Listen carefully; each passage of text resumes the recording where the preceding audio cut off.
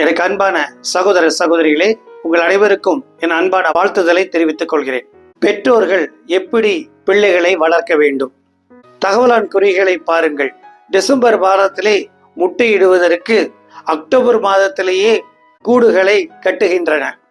ஆண் குருவிகளும் பெண் குருவிகளும் சேர்ந்துதான் அந்த கூடுகளை கட்டுகின்றன. சற்று உயரமாகவே அந்த கூடுகள் கட்டப்படுகின்றன. ஏனென்றால் அந்த முட்டைகள் பாதுகாப்பாக இருக்க வேண்டும் என்று. 2 to 4 முட்டைகள் அந்த குருவிகள் இடுகின்றன. அந்த ஆண் குருவிகளும் பெண் குருவிகளும் சேர்ந்துதான் அடை காக்கின்றன. 18 நாள் கழித்து குஞ்சுகள் முட்டையிலிருந்து வெளியே வருகின்றன. அதற்கு பிறகு 25 நாட்கள் அந்த குஞ்சுகள் கூட்டுக்குள்ளேயே இருந்து வளர்கின்றன.